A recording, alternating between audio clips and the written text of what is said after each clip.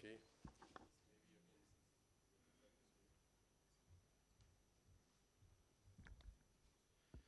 Good morning, everybody, and Honorable Minister, welcome. Dr. Ishwar Ahluwalia, the author of this whole event and the driving force behind it. My job as the chairman is to make sure people know what they're going to do and when they're going to do it. And so my first job is to request Dr. Ishwar Ahluwalia to set us going. Doctor. Thank you, Arun. Sri Kamalnath Ji, Honorable Minister for Urban Development, Sri Arun Maira, Member Planning Commission, and friends, it's my privilege to welcome Sri Kamalnath Ji to this conference to inaugurate ICRIER's program of capacity building and knowledge dissemination on urbanization in India and share his thoughts with us. I'm very thankful to Arun Maira for taking time from his very busy schedule to be with us to chair this session and give his thoughts. I offer a very special welcome to our friends from different state governments and urban local bodies and resource persons. Let me begin by thanking the Ministry of Urban Development for funding this 2-year program. Dr. Sudhir Krishna, Secretary Urban Development, had a very pressing engagement, but he will be with us to chair the second session. Ms. Nisha Singh is here, who has really been our support in the ministry, and Mr. Ashok Singhvi as well. We at ICRIER have felt the need to bring the urbanization debate and research into the mainstream of policy discourse in India. This is because cities will be the engine of growth in India's quest for faster and more inclusive growth. There can be no talk of competitiveness for the Indian economy without an understanding of what makes our cities livable. This is over and above the basic need for the rapidly growing urban population in our cities to have a healthy and safe environment for those living in these cities.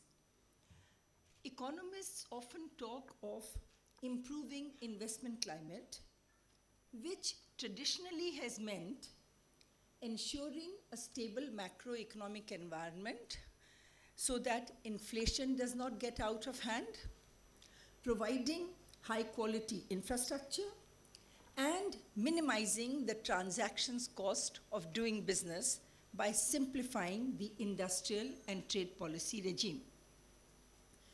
There is increasing recognition that investment climate includes a fourth element, that is the state of our cities. This is crucial for attracting investment into these areas to foster the economies of agglomeration.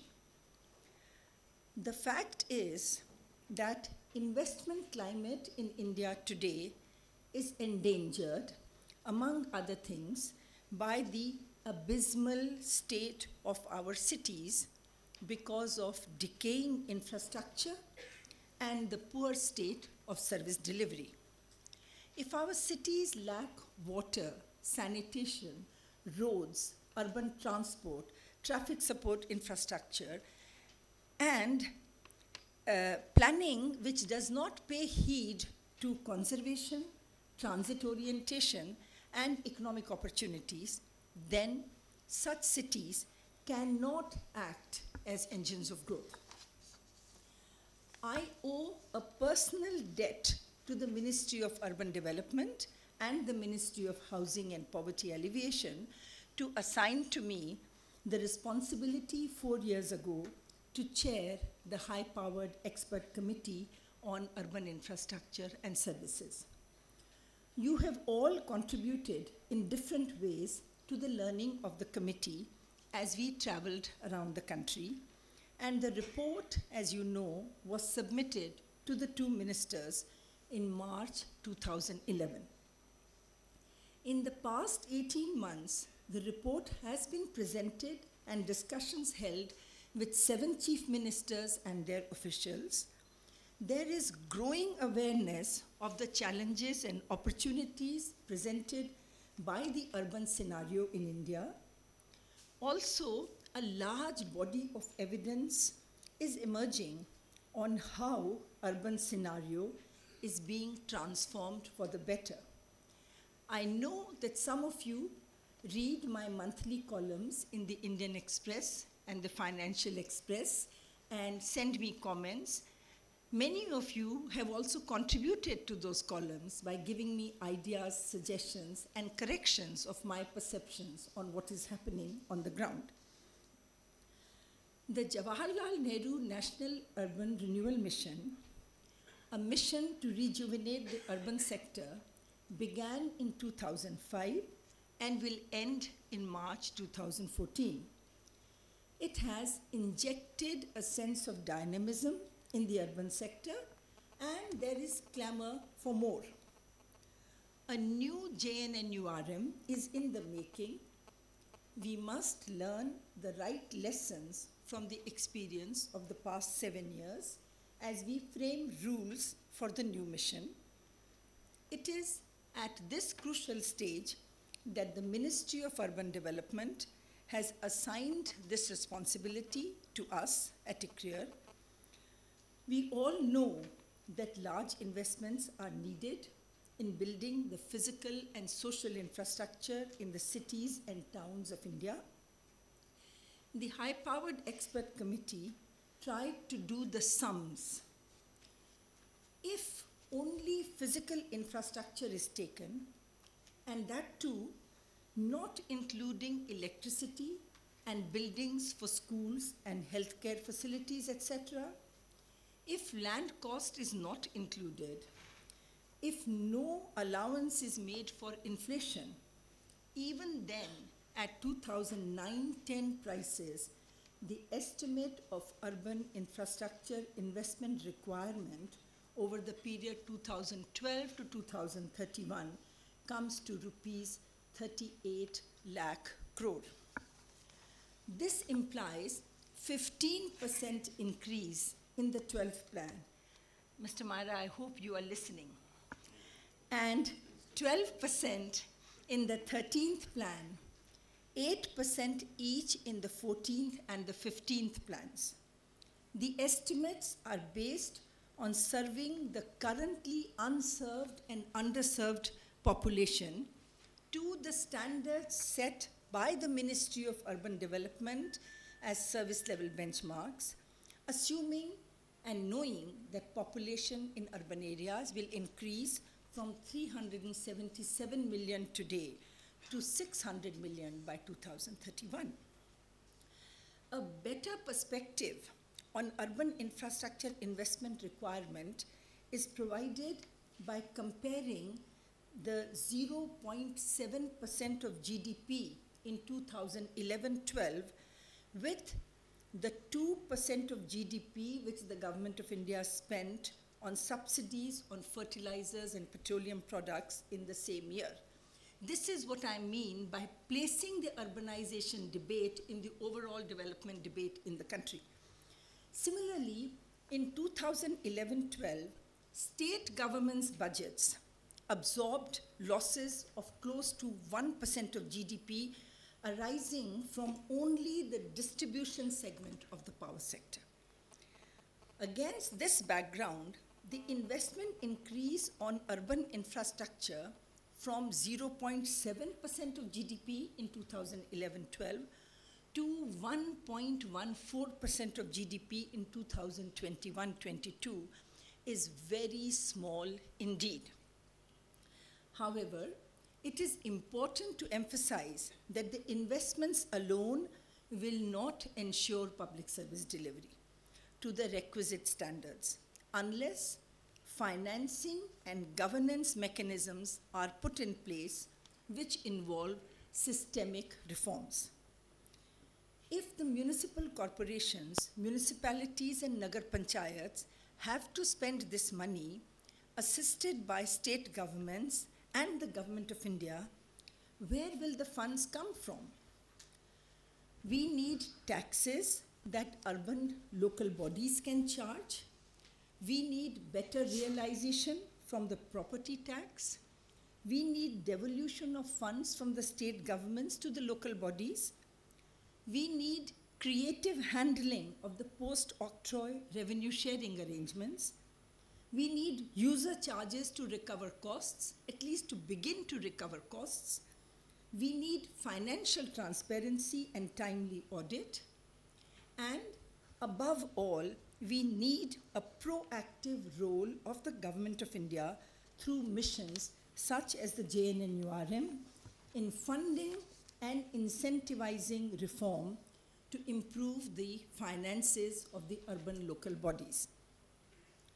Our analysis in the High-Powered Expert Committee report showed that financing is only part of the problem. The two crucial challenges in moving forward are, one, governance, and two, capacity building. Even financing is contingent on governance, and funds can only be spent effectively if there is capacity for planning, project preparation, and project management. It is in this context that our program of knowledge dissemination and capacity building, supported by the Ministry of Urban Development, assumes importance. My co-leader for this program is Professor Meenu Tiwari, who holds HUTCO chair at ICRIER. My young team who have helped organize this conference includes Tanushri Bhan, Ruchika Singh, and Karthik Mishra.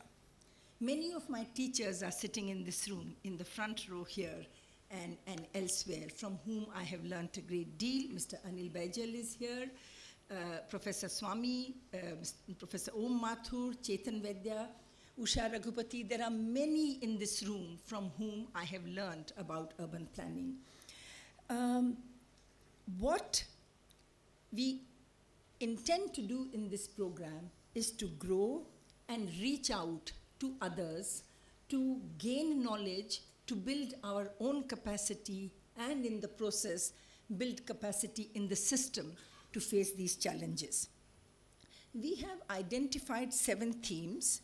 These are described in the handouts that you have received. The handout for session 1 lists the 7 themes and briefly describes each.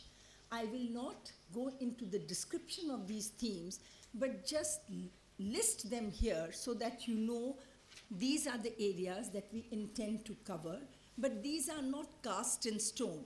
If we have actually neglected something, please feel free to tell us that based on your own experience in the ground, we should be looking at some more themes or something that we are doing is redundant. The first theme is urban planning, planning regulations, land use, and zoning. Theme number 2, transit-oriented development and sustained mobility. Theme number 3, municipal finance. Theme number 4, water and sanitation, including wastewater treatment and solid waste management. Theme number 5, unlocking land value, so you generate finance as you build infrastructure. Theme number 6, governance and administrative reform. And theme number 7, sustainable project management and implementation. We propose to have 14 regional workshops on knowledge dissemination and capacity building in different parts of the country. These workshops will be organized partnering with institutions in different parts of the country. There is scarcity of professionals who have applied their mind to the opportunities and challenges of urbanization. We want, as I said earlier, to build our own capacity as we reach out to all who are working in the field, academics as well as practitioners. The emphasis in this program is on learning from each other and those who can teach us. We will conduct case studies and compare best practices in India and in other countries to analyze how these can be adapted to individual cases. With that, let me end and again thank the Minister and the Ministry for giving us this opportunity. Thank you.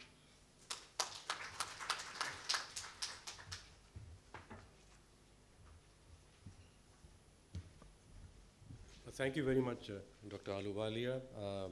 Now I'm really looking forward to, as we all are, to hear our Minister lead. I have had the privilege of interacting with him on this subject of urbanization, and especially on capacity building, capability building. He is passionate about it. If some of you have read the interview that he gave to Business World, which is recorded very well, and I read it, and it just like a music to my ears and also waking me up to dance a little better to the two themes that he had in that interview, capacity building and planning, which Dr. Ahluwalia, you have mentioned. Mr. Minister, we're looking forward to you.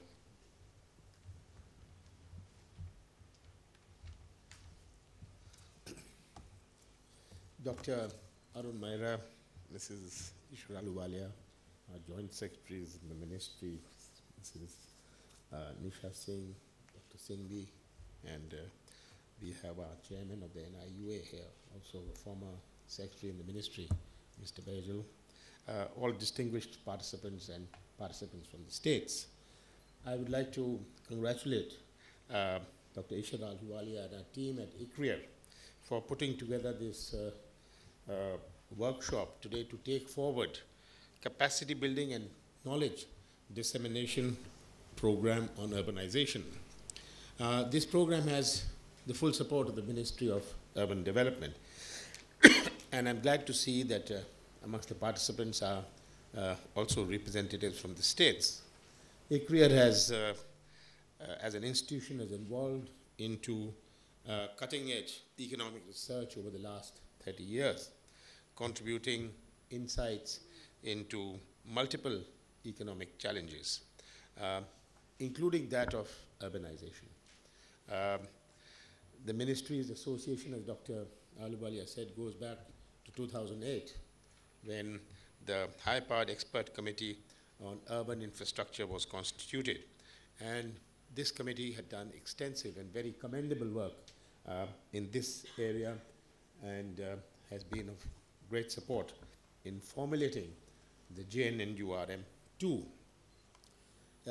ICRIER's present urbanization program proposes to build upon the work of the HPEC on urban investment and infrastructure. ICRIER made a number of salient recommendations of enhancing urban investments, urban infrastructure, improving service delivery, and urban governance. We all know that India is expanding very rapidly, and all of you are familiar with figures of how our towns are growing, how our cities are growing, and what is the challenges ahead. Each one of us present here is familiar with that, so I won't go into it.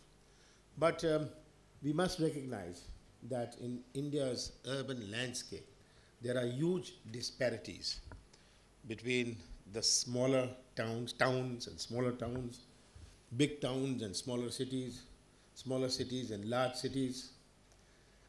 So there's no one size fits all. That is, I think, the first thing we must recognize if we look across the landscape of India. Gurgaon Municipal Corporation is very different. It has very different kinds of challenges to others in even in Haryana, very different. So there's no one size fits all. I think that's the first lesson in urban planning. The small Nagar Panchayats, as we call them, are completely a different kettle of fish compared to a large municipality. How does an urban conglomeration of 10, 12,000 people deal or compare itself with something which is 5 lakhs or even 2 lakhs or 3 lakhs? And the big problem is that there is no other than JNURM, which is centrally supported. There is no funding program like the rural development programs which are there. Rural development programs are so many. But for urban areas, even within the state governments, it's ad hoc, it's project based, it's politically driven. Whoever happens to be an important member. Then capacity building. The capacity of the Bangalore Municipal Corporation or the Delhi Municipal Corporation is very different to the capacity of a smaller corporation.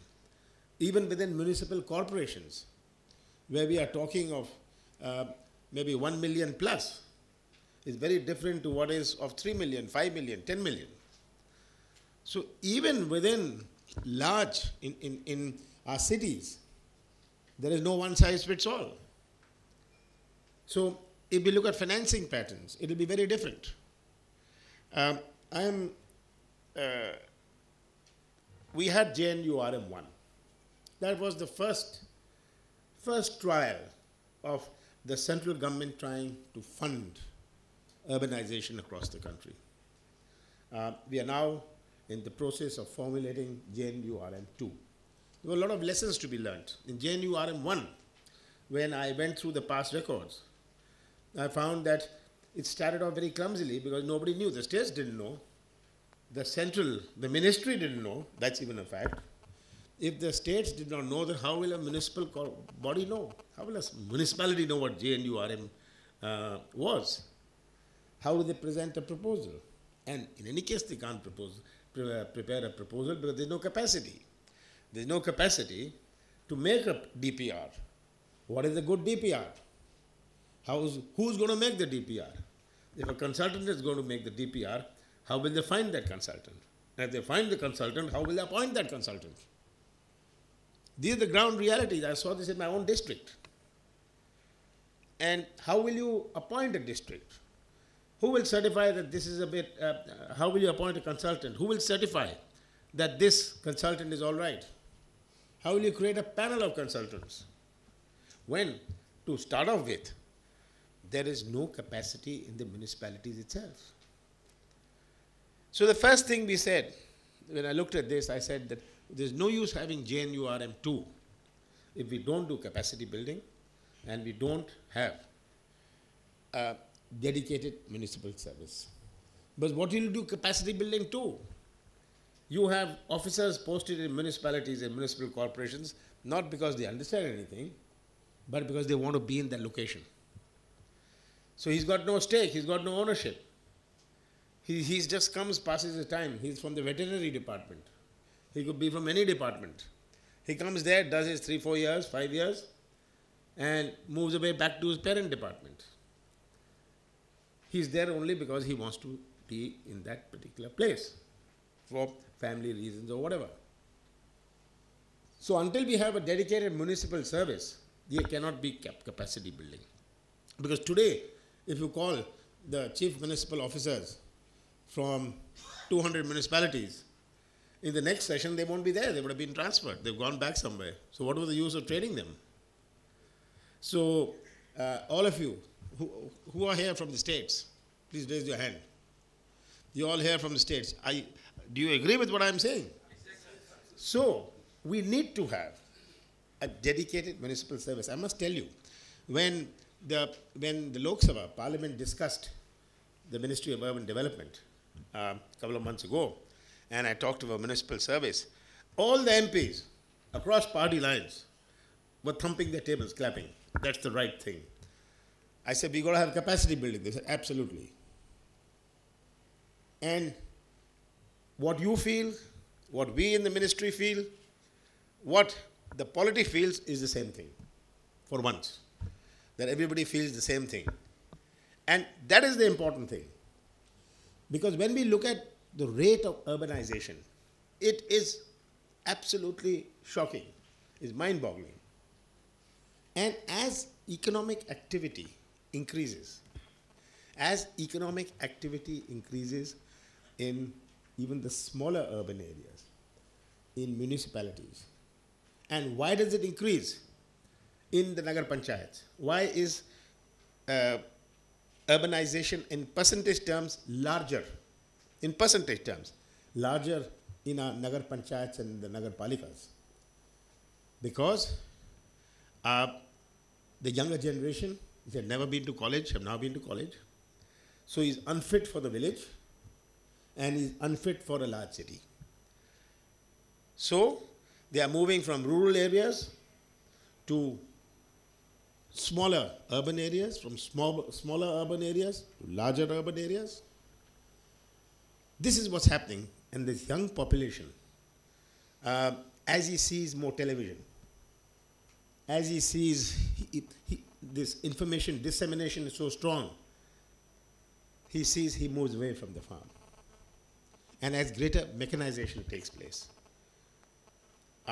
you must remember that every tractor which is sold, how many people does it push towards urbanization? It just means that.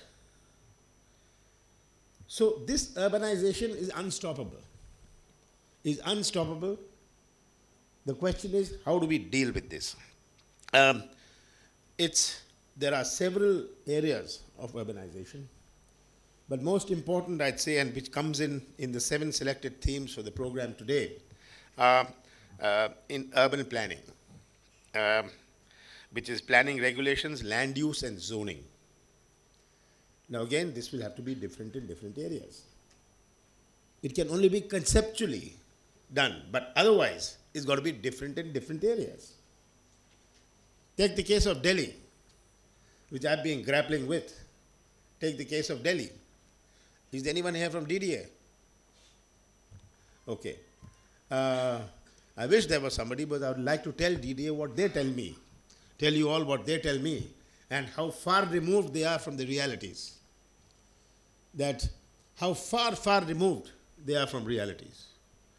I had a session on what should be the overall concept. And I said that what do we say about mixed use? So one of the planners of DDA said there should never be mixed use. I said, supposing there is a commercial area. Take an area like South Extension. Somebody says, I'll have a shops downstairs and I'll live upstairs. He said, no, that's mixed use. So I said, how will you stop it? If he says, I'm going to stay upstairs, he won't because it's too costly. If it's commercial, the value has gone up. He says, but I want to stay there. He says, no. I said, why not? He said, because commercial areas consume more electricity and sewage, etc. So that has been provided. And bizarre arguments. Absolutely bizarre. I had the chief town planner of New York. She's a lady. I had a meeting with her. She'd come to India. And she asked me for a meeting. So I said that first you go around Delhi and then I'll have a meeting with you. And she came. I said, so tell me, New York, number 1, is the most environmentally friendly city in the world. Can you imagine? I was shocked. The lowest emissions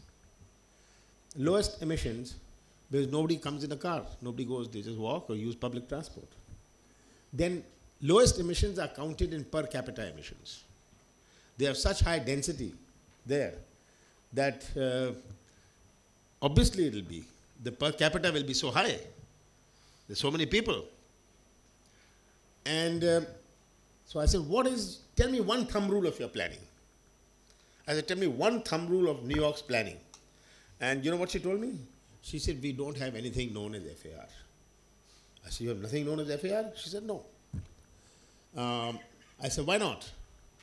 She said, because if somebody wants a FAR is given to them on the basis of the public good they do. So if they build a recreation place, we'll subtract that from the FAR. If they build a community center, within that, we'll give them extra FAR according to that. If they say in that whole area we also have a small park, we'll give them extra FAR. So they can keep going as high as they want. We have no problem, as long as they build all those things. And if they build public utilities, things within that, we'll give them higher FAR. And they keep going higher and higher. Now that's one model. And I must say it's a very successful model. It's a very successful model. Of course, it's going to have all the ingredients of parking and fire and all those kind of things. I had the hospitals here say that there's a shortage of hospital beds. You know, we can't go higher, we can't get higher FAR. Whether it's the Institute of Medical Science or the Safdarjung Hospital or the private hospitals, that we should be allowed higher FAR. So I said, certainly you should be allowed, we should have extra beds. I said, will you provide parking? They said, yes, we will provide parking. Make it subject to, you make it per square meter. So much parking will have to be created. We'll do that. I said, then what will you want? Will you want sewage? They said, no, we do our self-disposal. I said, then what's the problem? So I set up a committee under the secretary to have a look at this. And I set a time frame that in 3 months we must resolve this. So 3 months I asked the secretary, what happened? He said, I've resolved it. But the fire service says that we don't have fire brigades which can go higher the ladder, so we can't have this FAR. Now, that is the problem. The problem, nothing to do with town planning, is to do with the fire brigade. So then I said, what is the other problem? Then he said, the fire people said another thing. How will you evacuate so many people if there's a fire? Because these are patients. They'll have to be taken in a stretcher. So the staircase is not wide enough for a stretcher to turn around on the staircase. So I said, they'll build it. So they calculated that evacuating from a window, if you jump down the window, if you put a ladder on the window, these are the number of people you can take down, and this is how they'll do it. So I said, we can have, how do they evacuate in all the hospitals in the world, which are 20 floors, 30 floors? Don't they have much stricter fire laws than us? And they said then, no, we haven't gone into all this. Now, planning can be frustrated by all these things. This is what we got to recognize. So what I was saying was that planning is so weak with set mindsets. Planners sometimes are sitting in India of 30 years ago, not looking at the India of 30 years ahead. And this is, I think, a virus among the planners who will plan wrongly. Simple thing. Day before yesterday, I regularized 960 colonies of Delhi, illegal colonies. What are the illegal colonies? What are the result of? This is the result of the master plans. Make wrong master plans. If you're not going to build EWS housing for the weaker sections, you will have these. And we got 1,639 illegal colonies. And illegal colonies in Delhi are classified in, what's the word? Anil, do you remember it? It's called authorized irregular colonies, unauthorized regular colonies, and unauthorized irregular colonies. I said, this is a funny thing. You have so many combinations of this. Each one has a definition of its own. Now, where will it fall? So there's a category in this also. This is strange. And I was so fed up with this, I said, I don't want to get into all this. Is it authorized or is it unauthorized? So it's unauthorized, but it's regular. That means you get water there, you get electricity there, their voters' card there, and they've been paying their electricity bills and water bills for so long. So it's unauthorized, but regular. So that is the way it functions. Now this all is a result of a faulty master plan that is not provided. This is the first effort of a somewhat correct master plan, or somewhere at least looking correct, was when in the 2007 master plan, which is called the 2021, but we are in 2012 and we had to go into revision already. Because, again, the pace of change is so large. And it's not politically possible to demolish. How do you demolish? Now we have colonies set up in 81, 82, 83, 84. They are paying electricity bills, electricity, water, that is unauthorized. What is to be done?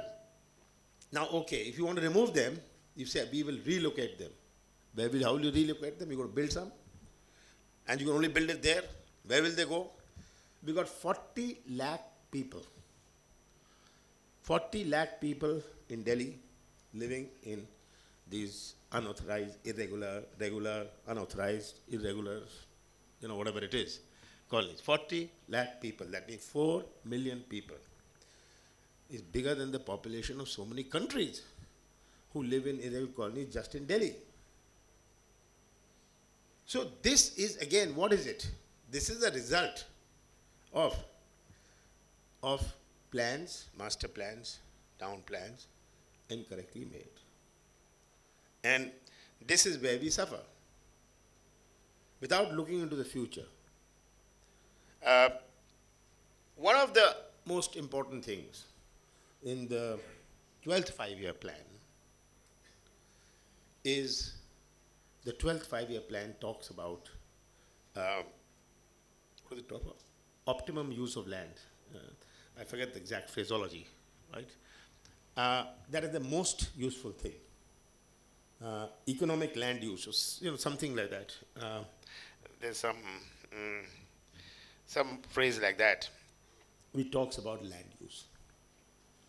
Today, if you got to look at urbanization and the cost, much of these resources, and I'm happy this is being taken up here, that unlocking of land value. Unlocking of land value. How do we do that? Because unlocking land value will create resources. Optimum land use.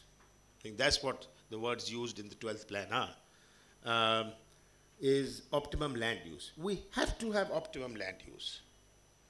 Today I was telling the army in the defense forces, in a meeting with the Navy, Air Force chief and the army chief, I told them that you do the most inefficient use of land. Most inefficient use. I said, you come for more land. Every 6 months you arrive for more land. I said, nothing doing. You will get no more land. You will get no more land, you do efficient use of land. All over the country, inefficient use. Take, for those who are familiar with Delhi, near India Gate, the most prime locations of Delhi, Princess Park. These are barracks built by the British. These are barracks built by the British to keep the British Raj going where the army stayed there. These were barracks built, but they have done nothing about it. I said, you got to demolish this. You got to demolish it, otherwise you're going to repossess this land. And please build, it's your own land. Make efficient use. You're making your officers live in these barracks. Why don't you build proper thing? And they had come to me for a war museum. I said, build your war museum here, right next to India Gate. Oh yes, will we get the permission? I said, of course, it's in the master plan. You get the permission. What's allowed there? So, efficient use of land, unlocking land values. But nobody understands land economics. How much unlocking the value of land can fund? We have Air India, which is begging for money from the government of India. But they got 600 crores of land unused here in Vasant Vihar. They can unlock it. So, whether it's a public sector, whether it's a private sector is much alert on it. They'll immediately move out. A lot of people who had good office spaces in the heart of Delhi have moved to Gurgaon very quietly and unlocked their land values. The government also has to think in that direction. Town planners have to think. Because it has got to be public good versus private good. And where do you draw this line between public good and private good? It is here that, again, capacity building plays a very major part. I'm seeing here transit-oriented development and sustainable mobility, very important. I had a meeting with DDA 10 days ago, and I said, what is transit-oriented development? So I don't know this. And please explain it to me. And again, there were some bizarre explanations of transit-oriented development, totally bizarre. Saying that where there is water and there is sewage, then we should have a nice road there, and then we should do this. I said, it's all completely bizarre. This is the problem. Transit-oriented development is a concept of all over the world, where in roads or where you have the metros, you allow greater land use, greater FAR, so that you come in your metro, you go to your office, you go to your cinema hall, you go to your restaurant, and you go back in the metro. That's what transit-oriented development is. And so all these need to be looked into. We are just going to, I told them in the meeting to notify. I said, let's get a flavor of all this. All this flavor is all in files and all in papers and all. I don't understand all this. Let me see what this transit-oriented development is. So I said, now, in this given time span, please notify what is the what are these corridors where transit-oriented development will take place. Identify 4. And there and then we identified 4. I said, now we'll make master plans. But what will you plan? You not notified anything as which are these corridors. Then only you will plan. Otherwise, it's all be in the abstract.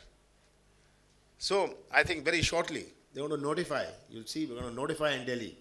What are the corridors for transit-oriented development? Then a plan will be made. How? What will be the planning in these transit-oriented development? There is a topic here on governance and administrative reforms.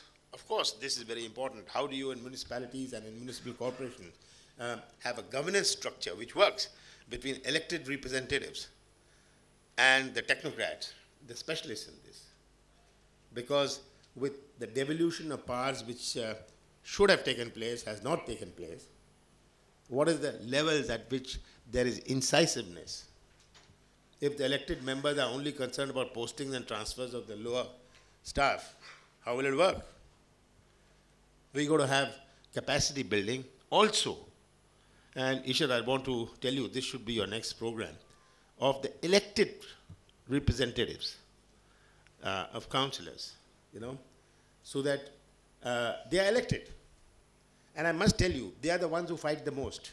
I want this scheme, I want that scheme, I want this scheme. If you ask the politically elected people in any of the urban local bodies to come up with one single plan, they will not. They will think of their wards only. Because they obviously are thinking of winning the next election. So these are some of the challenges which I see. There are so many challenges, I don't think there's time enough to get into all. But these are some of the challenges which I see in grappling with urbanization. And it's workshops like this which takes this process forward. And I do hope this program leads to greater dissemination and leads to a thought process which helps in addressing this challenge. Thank you.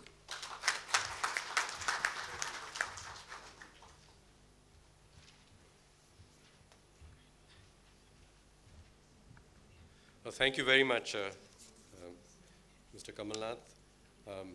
He's mentioned many things which we should keep note of. I've just noted 3, and I mentioned what those are to you. And then I'm going to request for just 5 minutes, as you are got these 5 minutes while, or 3 minutes while I speak, what is a big question that you have or a big thought? And I don't want you to give a speech in 3-4 words, say, this is what I think we should keep in mind, and then we could pick it up in the next sessions or thereafter in an appropriate forum.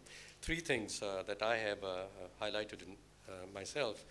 One is, the minister said, example of New York, where they're tall buildings and they also have fire security.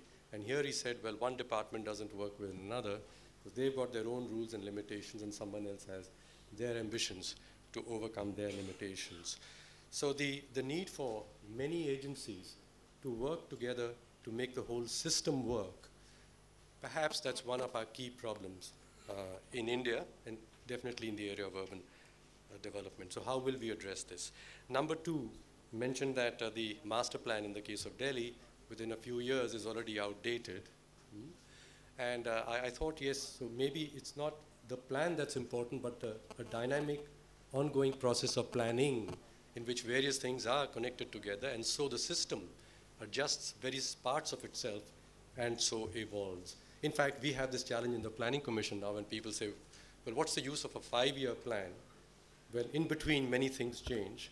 So it's more the planning and the engagement with people in the country and the various ministries and states, make that a more dynamic and participative process rather than a 1,000-page document which takes a long time to produce.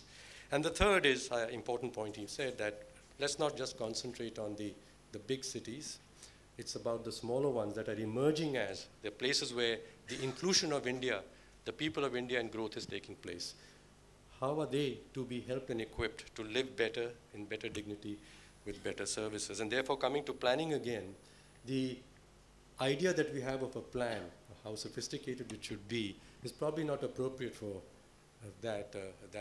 those smaller towns. So we need to have a continuum of concepts of plans from subtle to sophisticated. And our challenge now is going to be to, as planners, to rethink what we mean by planning, both in terms of the structure of a plan and the process of a plan. So capacity building is not merely going to be in the people that we hope to teach, but in ourselves, in our thoughts that we use to guide ourselves. Okay, so now you had your 1 or 2 minute of break. As we've got 5 minutes, or 6, I'm taking an extra 6th one from Isha. Just a big thought, if you have. If you don't, it's okay, right?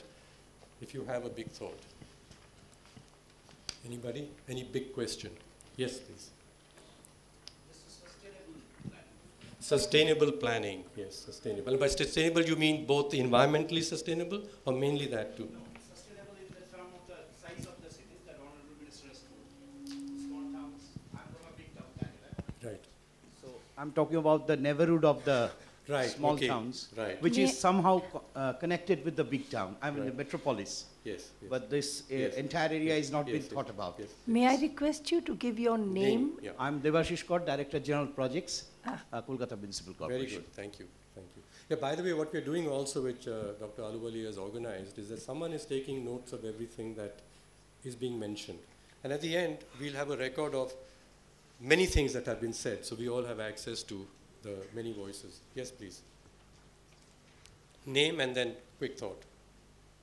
So I'm Shrikar Pardeshi, Commissioner, Pimpri Chinchwad Municipal Corporation, Pune. The Jain Union had a very good investment in creation of urban infrastructure, and we had this housing scheme under the HUPA. My request is a big infusion of funds in health sector, because the slums and the population which is living in urban area, they find it difficult to go to the private practitioners. Can we have a big infusion of funds in primary, secondary and tertiary level centers in health sector in urban area? Thank you. Lady there, thank you.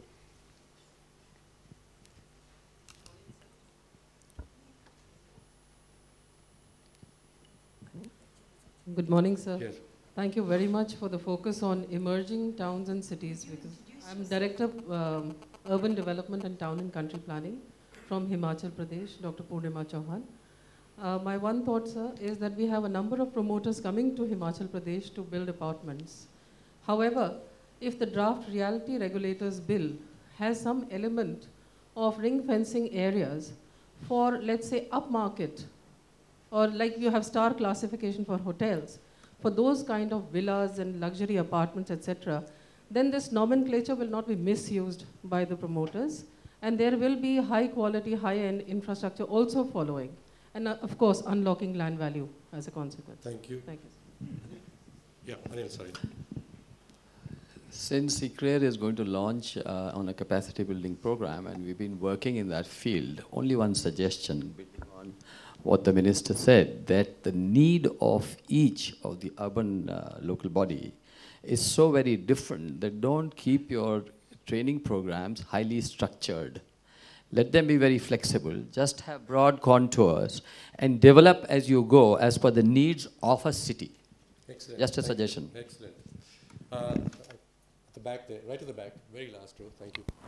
I'm Naveen Mittal, I'm Special Commissioner at Greater Hyderabad Municipal Corporation. Hyderabad. Hyderabad, sir. Yes. My question, I am told Hyderabad has no FAR. we've done away with the FAR, sir.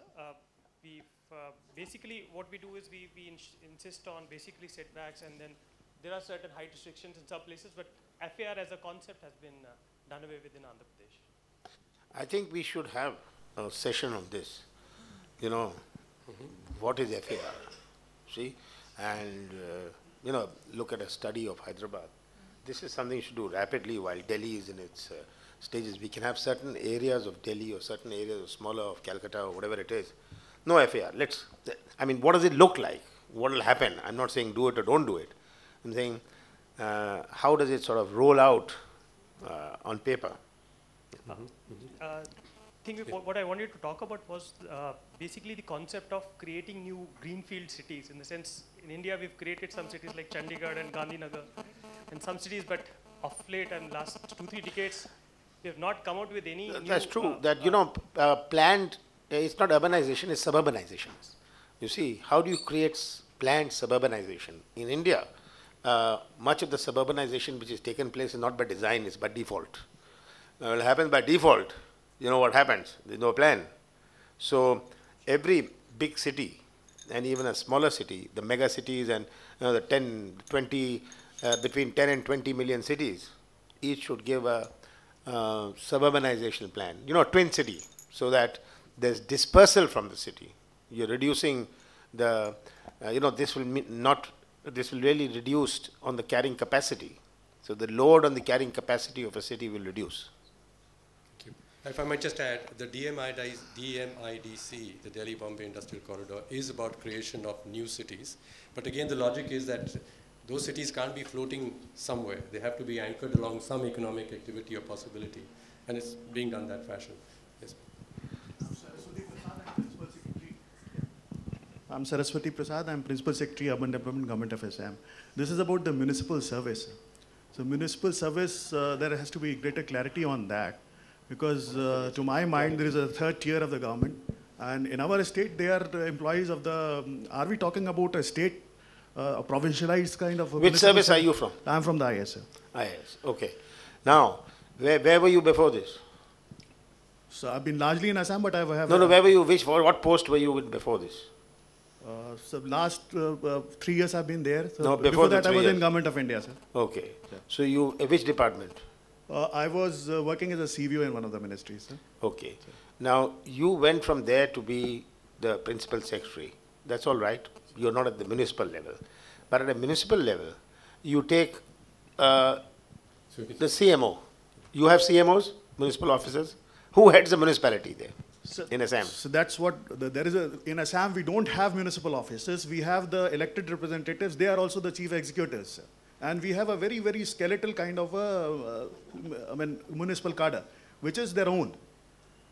No, is there a state municipal cadre? No, we don't have a That means when he's transferred, say somebody who's transferred, he can go to any department. So there's nobody who's going to be transferred from a municipal body, sir. He will remain there. It's permanent staff of the municipal body. Let me understand. Okay, let's hear him. This is a very important subject. Please introduce yourself. I'm Praveer Kumar, sir. I'm Principal Secretary, Urban Development, Government of UP. We do have a centralized service for executive officers of the municipal bodies. In fact, I just want to flag this issue also. Our main problem is not with the service itself. The problem is the Public Service Commission, which recruits CEOs. Our requisition is pending with them for 2 years, and for the 2 years they have not. We have got 630 urban local bodies. And today I have less than 300, almost 300 EOs only. And in most of the places, the municipalities are being managed by subdivisional magistrates or some city magistrates and things like that. And we have 1,000 other things to do, law and order to VIP duty to everything to revenue administration.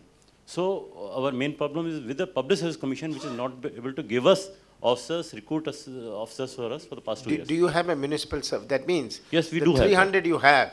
Yes, sir. If they move out, they'll move to another municipality? Yes, it is a centralized service. They move all over you. It's a centralized service? Yes. Centralized service in the sense for the whole. In the state? In the yes, state? Yes, sir. Okay, that's good. Yeah. Thank you. On the same subject, do you want to say something on the same subject? Yes, we have just almost less than half. So one of the conditions of JNURM, Nisha, note it down, is they must have adequate staff. This is like the service, right? We must build this in as a condition. And in bigger municipal corporations, they are headed by mostly PCS and IAS officers, sir. State civil services or IAS officers. Mostly state civil services. That's at the commissioner level. Let's take but for assistant engineers? No, let's take Lucknow Municipal Corporation. Yes, sir.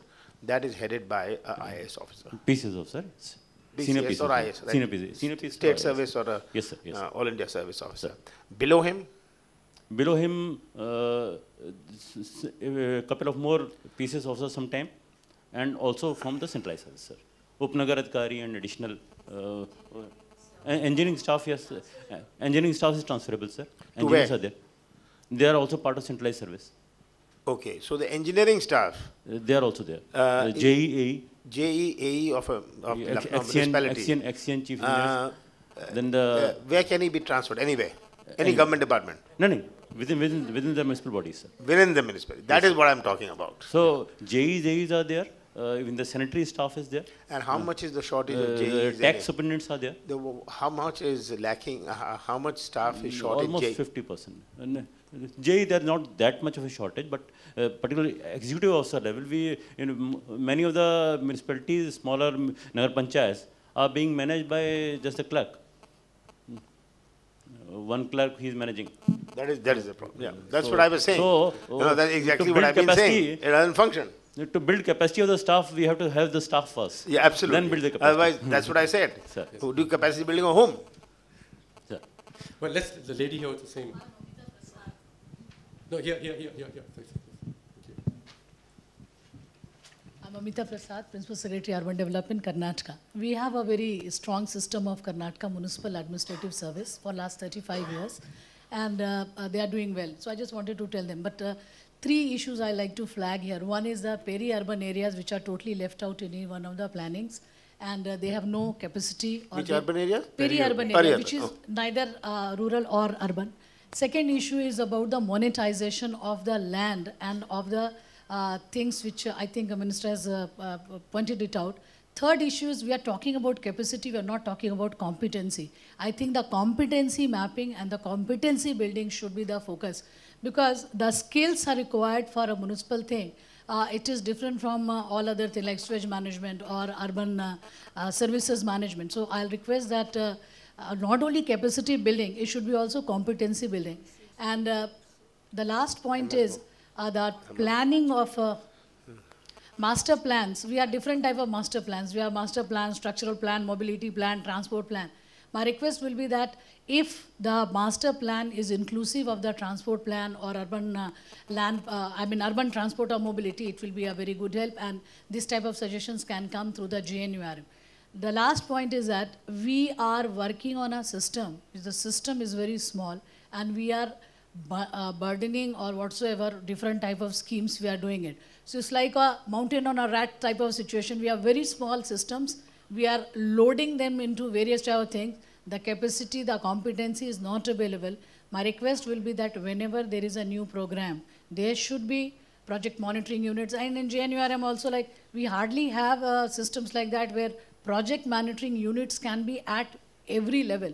Like transaction analysis, we have in our state, we have infrastructure development department, which helps us in doing that. But my request will be that whenever we think of anything new, this should be done, that the capacities of the municipalities to administer the program should be there. And lastly, I'd like to just good practice in our state.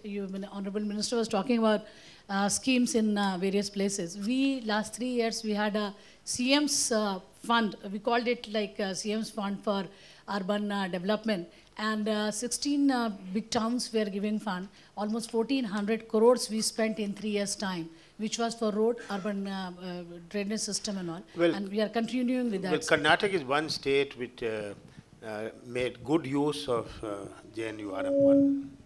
and made good use of JNURM1 and had a large number of projects and successful projects. You know, there's a saga where some had great difficulty. Yeah. Okay. On the same subject, one you were there earlier, and then yourself, and then there's 2 points. The lady. Carry on. Yeah, thank you. So many schemes are pulled into urban areas, whether it is smaller urban area or major urban area. So, to the size of the scheme, there is no substantial step. For example, in Ballari City Corporation, the strength of the engineering staff, it is about 22 engineers. Hardly I am having only 4 engineers. It is very difficult to implement all the schemes because government is pulling so many schemes to the urban areas. The capacity building is very, very poor. And in Karnataka, we are having the Karnataka Municipal Administration. You would have cadre building first. Yes.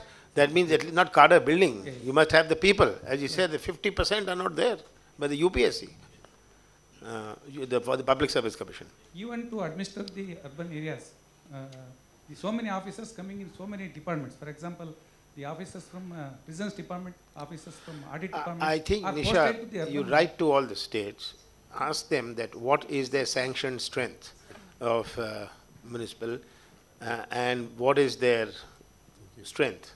And unless they sanction more and fill those posts up, they will not be entitled to JNURM2. Yeah. 2 things right in the front, and then we'll just close this session. Sir, good morning, sir. That is the only thing that will drive your chief minister. I'm trying to help you all. You see? This is only to help you all. But then you'll be able to tell your ministers and the chief minister that kuch nahi milega until you do this. You know? Good. Yes. Sir, good morning, sir. I'm Smita Pandey, Special Secretary, Kolkata Metropolitan Development Authority. So my small suggestion is we should be giving teeth to the planning. Sorry? Like legal framework. I see. Why I'm saying so is, sir, I heard your wonderful speech and you were mentioning about the fire department and others. Sir, but they're all working under some act or the other. So if they do not comply with their guidelines, it would be very difficult for them to give any kind of permission. You see, we looked at, you're right. So if we can have a forum Yeah. wherein 2-3 departments can combine. Every state must have a state urban regulatory authority. Sir. Right? Sir. State urban development authority which has the teeth. Sir. You see, now this is another point, Nisha, state urban regulatory authority, something like that, you know. And what should the state urban is to give it teeth? You know, instead of that, there's a regulatory authority which gives teeth through which the municipalities will derive the teeth. Sir. And this authority should have all the powers which should be covering all the acts. Yeah, yeah. Suppose that we are under TNCP Act. I am toying with one for Delhi, Sir. in which they can summarily change the master plan. They can summarily, you know, without going through a 3 or 4-year process. If there is some issue in the master plan or some issue which is so prima facie obvious, right? It goes through a process that you'll do this, it'll come from this place to the ministry will do this, in the state, it'll go to the state government, and the state government will do this, then a notification will be issued, and it takes 3 years. So, give the power to this authority to make this summary. I'm giving one of its functions. So then it will be an appellate authority also. It will be an appellate authority that where there is a wrong decision taken in public interest, say you've allowed something here and the neighbors have a serious objection. You know, the community there has a serious objection to this. Who do they go to? They can go back to the municipality, which is the one who gave the permission. So, pardon me, you said something? Or go to court. Now that court, by the time the construction is over, what will the court do? So there must be something which safeguards the interest of community. Right. Sir, and then sir. Good morning. I am Ushikesh Tripathi, Director of Municipal Administration, Government of Odisha. I put emphasis on a dedicated urban cadre for ideal municipal governance, and we are going for a dedicated urban cadre in Odisha. Very good. Sir, the last one. Yeah. Municipal cadre, huh? I am Ram Niwas, Principal Secretary, Urban Local Bodies, Haryana. So the JNN URM program 1 has been a mixed bag, success and failures. And the primary reason is because it's a reform-oriented program, reform-linked program. It must be. Yeah. There have been a number of issues. In case of Haryana, we have been able to convince the political executive to take some hard decisions on the property tax, and we have been able to implement property tax after a lot of convincing. But some issues like Rent Control Act amendments are still pending. By and large, the major reforms have already been undertaken. But sir, the grants, though the first tranche was released and the second tranche was held up for almost 2 years. During that period, the cost escalation, the projects why was it held up? Just tell me, why was it? Primarily because of the reforms were not completed. The reforms, that was.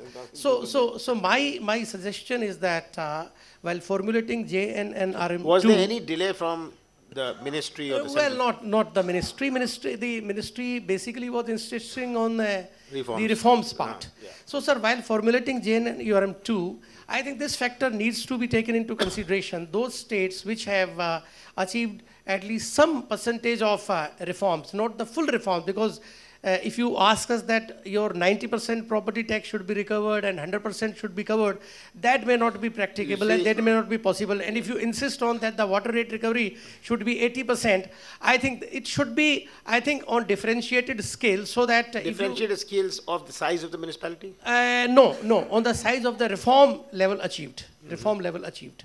Good. Because, yeah, or reform level achieved. Give me a paper on this. Oh, okay, sir. Very quickly. Right, sir. Okay, sir. I'll do that, sir. Number two, sir. You have taken, Haryana has taken a lot of money, sir, disproportionately, from the NCRPB, sir. National Capital Region Board. Sir. UP has taken nothing, sir. Right? I must say this, where UP was entitled to the biggest share, sir. Haryana was not entitled to the biggest share, but they took the biggest share. Sir. Because in any case, there were no takers. Sir. The funding from the National Capital Region Board. In fact, I must tell you, I told your Chief Minister about this. He said, I didn't know. So I said, you must avail of funds from the National Capital Region Board. UP, you got all your cities which come under the National Capital Region. Haryana has been very smart. 70%, 75% of the funds they cornered. But sir, 40% NCR is in Haryana, and you have been extremely kind and supporting to our state government in providing funds. So, and the Haryana government has been proposing the projects in a very expeditious manner. They were very fast in proposing projects. Yes, sir. Right. Sir, another issue which you very rightly pointed out, that was regarding the capacity building. Now, in JNN, URM also, UIDSSMT also, new projects like solid waste management, with new technology, we are finding it very, very difficult to have experts who can prepare the RFP document. For example, there is only NBCC, we wrote to HUDCO, we had a meeting with them last week. They were also saying, okay, we will check them and come back.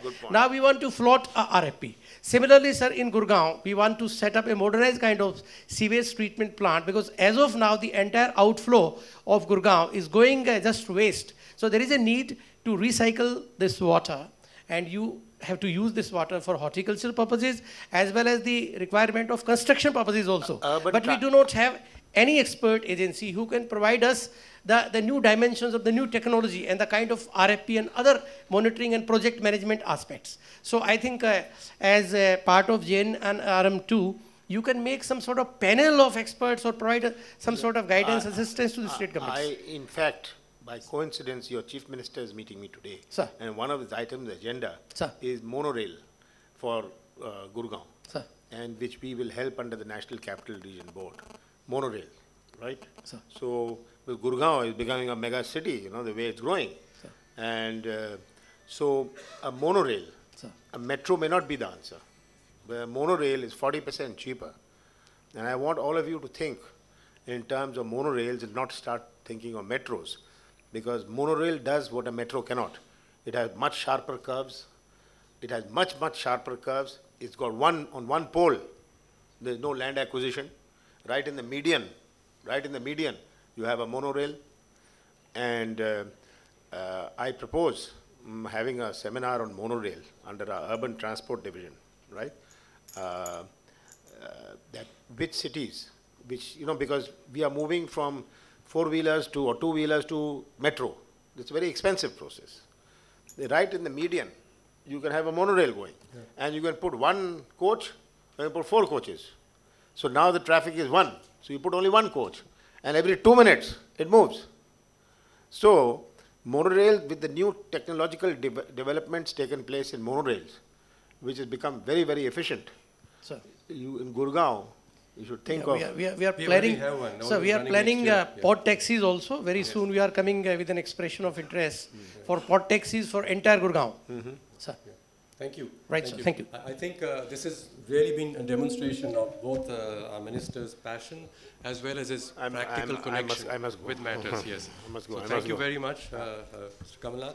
And we are going to just wrap up after you leave, if you like. Yeah. Just okay. take 5 minutes. Right. You carry on. Thank you. Thank you so much. Thank you.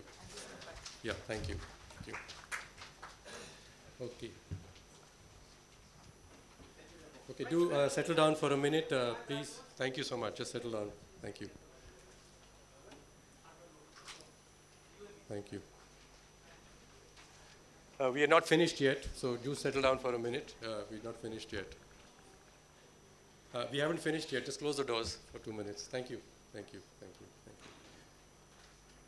you. While Ishar comes back, let's see some mota thoughts. This is not mota thoughts that are occurring to me. Okay. First is, was JNN RUM1 a success or a failure? Before I answer that question, let me share with you a story.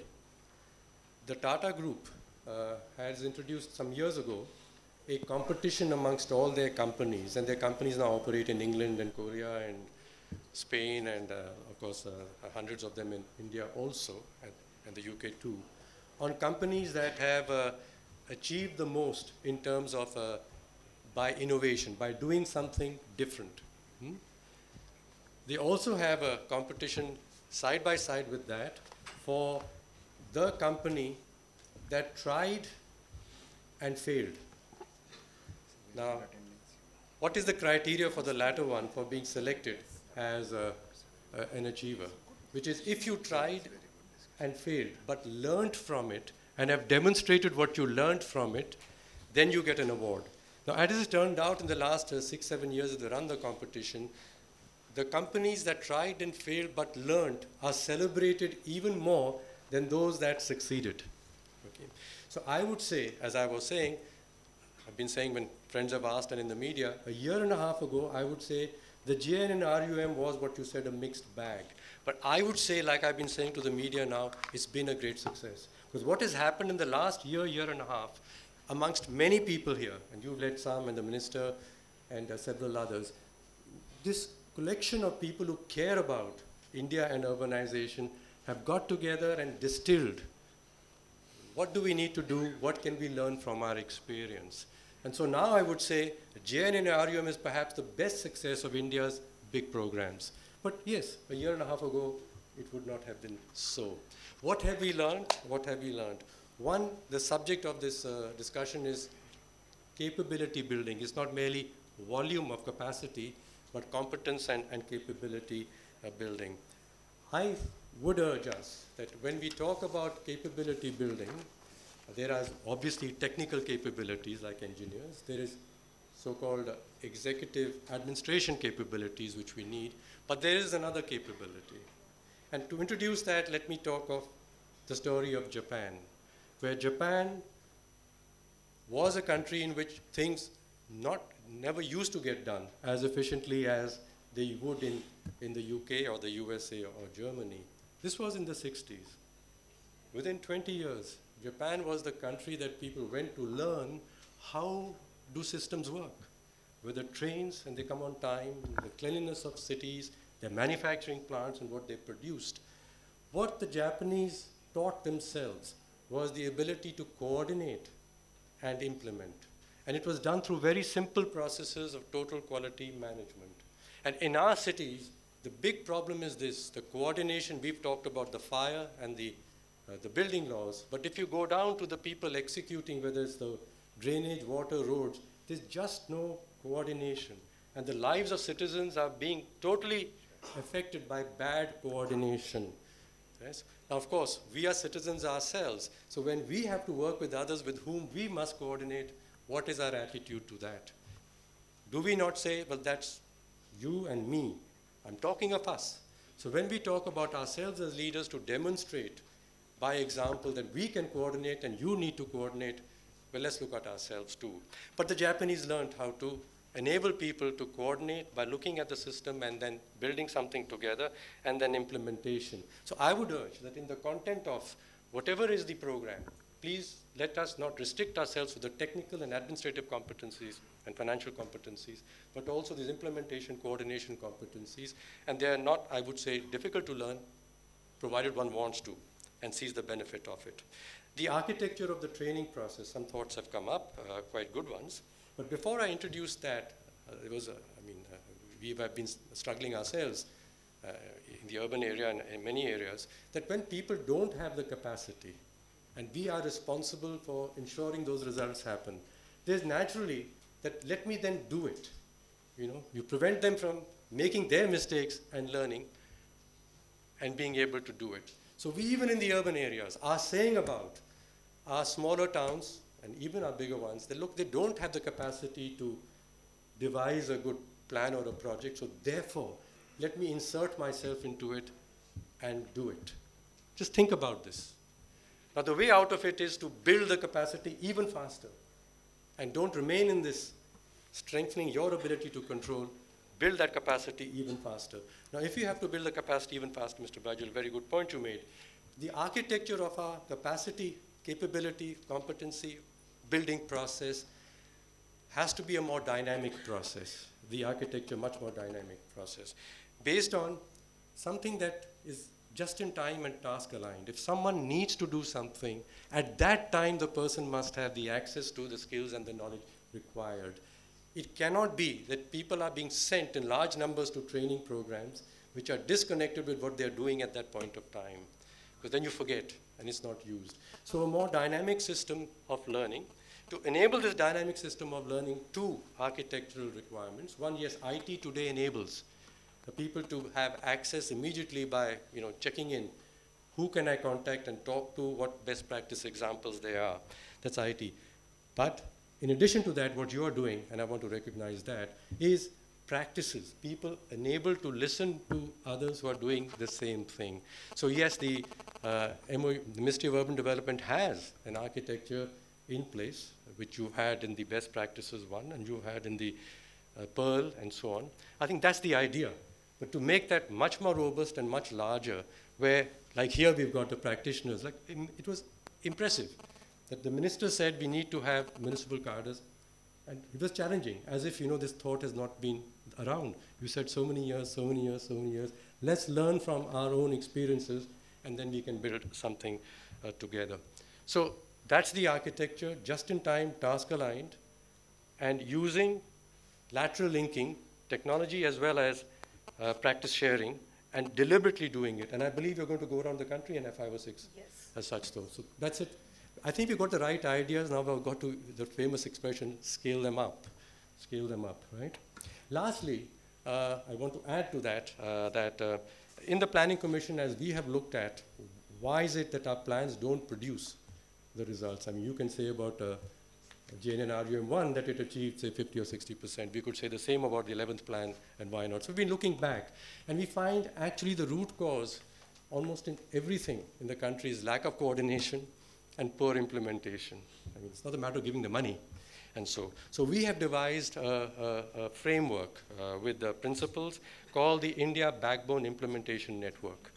And this idea is to enable people to learn how to coordinate, to learn how to implement, to learn from others who are coordinating and others who are implementing in various areas. And we got it first, of course, through the area of manufacturing and infrastructure, which is suffering so much due to lack of coordination and implementation, but it applies as much into the urban area. And in that body called it's not a body, it's a system, the IBEN practice, the India Backbone Implementation Network practice, there would be domain areas for urban, domain areas for manufacturing, domain areas for infrastructure, domain areas for health. But at a deeper level, how is coordination happening in these various areas? There's a deeper practice. And that is where India will have to be the world's best. Because in this large, diverse country, with a lot of experts and a lot of egos, if we master the ability to work together through those skills, we can then sabko karke dikhayenge. So thank you very much. Thank you. And all the best for the seminar today. Now, thank you very much, Mr. Arunmara. As you know, we are running half an hour late. We started on time, but we just got 10 minutes late. 10 minutes late, and where the chair is putting me right. But I think it was well worth it, having gone a few minutes over, because we had a very good interaction with the minister. Now, I just make a request to you. We have Secretary Sudhir Krishna with us, and I know that he has very pressing time commitments. So what I request is that we take a 5-minute break. Please get your cups of tea and come back in so that we can start this session as early as possible. Thank you very much.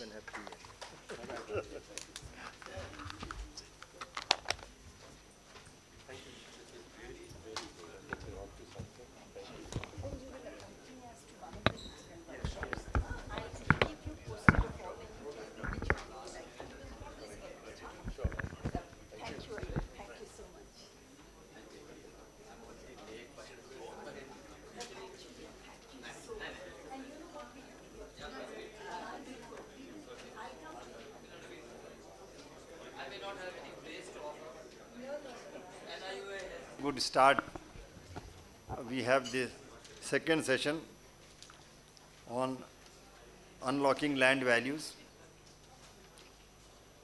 I also take this opportunity of saying that our urban development team, it is a fraternity of urban professionals, urban development professionals, managers, and they are doing wonderful job. Dr. Ahluwalia has been touring all through the country. I have been also struggling to make it possible to reach out as much as possible. And every visit gives a additional positive, signal and feature. In every city, something is happening. But the task, ultimate task is so large that we are not able to recognize our own efforts or project it because we have still not achieved the ultimate milestone. But very good things are happening in every city. I mean, I have been many, so Dr. Ahluwalia will be taking whole day she can take to explain what different cities are doing. And I had been to Agra recently along with Mr. Praveer Kumar, and not one speck of dust in the whole city, and we went to nook and corner, and I was so much overwhelmed with surprise because the cities like Agra, Varanasi, Kanpur and other cities, they are age-old cities, and every year makes it more difficult than the previous. But how it happened, and proudly they said that it is because of JNNURM. That is solid waste management program, where door-to-door collection on one side and disposal. The disposal is economically and financially viable. Economically, it is 100%, 200% viable. Financially, it is paying for itself. The city is getting money, and the private partner is getting money. Ahmedabad, Surat, the ring road they have developed, we talk of unlocking land value. Do take care. I mean, I suppose Mr. Gautam and Mr. Guru Mahapatra, they will be sharing experience. Without investment from budget, the ring roads have been developed. There are models, of course. You want to invest, you can. But if you don't want to invest money, no farmer agitates who loses land. A ring road is developed like that, And the riverfront development in Sabarmati, which many of us must be going for years. I'm the lucky person who has been going. And it was nothing but a drain where, like Musi River in Hyderabad, and many other rivers, it became dumping ground. You go to Gandhiji's ashram, and when you peep on the other side, it was a dumping yard when the river, and today it is such a nice lakefront, such a nice, property values have gone up like anything. It's a win-win situation. So, unlocking land value when we are discussing, I would recommend, there are many more examples are there. Have the confidence, and this confidence will come from your own efforts. But as I said, that ultimate target is the roof, and therefore we are here but we don't realize that we were so very at rock bottom that we have reached some distance. We always feel nervous that, oh, nothing has been done and so on. But have the confidence, look around what you have done and what others are doing, and the cities will pay for themselves. All infrastructure for city development is financially viable. Economic viability is just to convince some people, all right, you do that. But it is financial. You can recover every rupee from ring road, every rupee from solid waste management, wastewater recycling. But of course, the degree may be varying from project to project, location to location. Small city will have some own dynamics. But with that confidence, you move and things will happen. So it is a wonderful opportunity that we have gathered here today. And do speak out your experience. And of course, negative experience, okay, but positive, you also speak out on that. I don't say that, don't do that. But positive experience, you must recollect and speak out. So it's a golden opportunity for us to gather. In fact, the ring road of Ahmedabad, when I saw their project and they sent a note, we are going to have a workshop on ring roads and urban renewal of, you have to have umpteen workshop. Any number is not enough. So how the lake, what is that lake in Kankaria Lake, how the lake, which was again a dumping like most water bodies, unfortunately, in the cities, people, so whatever the reason, but how beautifully it has led not only to development, but it has unlocked the land value in surrounding areas. So this is another example, and so on. So all those things we will have a workshop, and let us now begin with the PowerPoint presentation and remarks from Dr. Ishajaj Ahluwalia. And during the presentation also, I suppose if you have a strong point, you are most welcome to intervene. And at the end of it, of course. Thank you. Dr. Ahluwalia now. Thank you.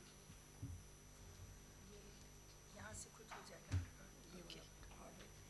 I am normally not very comfortable with PowerPoints, but I'm trying, I'm learning. First of all, I must really take this opportunity again to thank Mr. Sudhir Krishna, Secretary Urban Development, for giving us this opportunity to learn and share knowledge and disseminate knowledge. Mrs. Nisha Singh is also sitting here. I mean, between the two of them, they have really helped us devise this project. A major component of this project really is to reach out to people in the states and urban local bodies, learn from them, and because when I say we are doing this capacity building program, sometimes it might sound arrogant. I mean, what is my capacity to build your capacity? In the field you are there.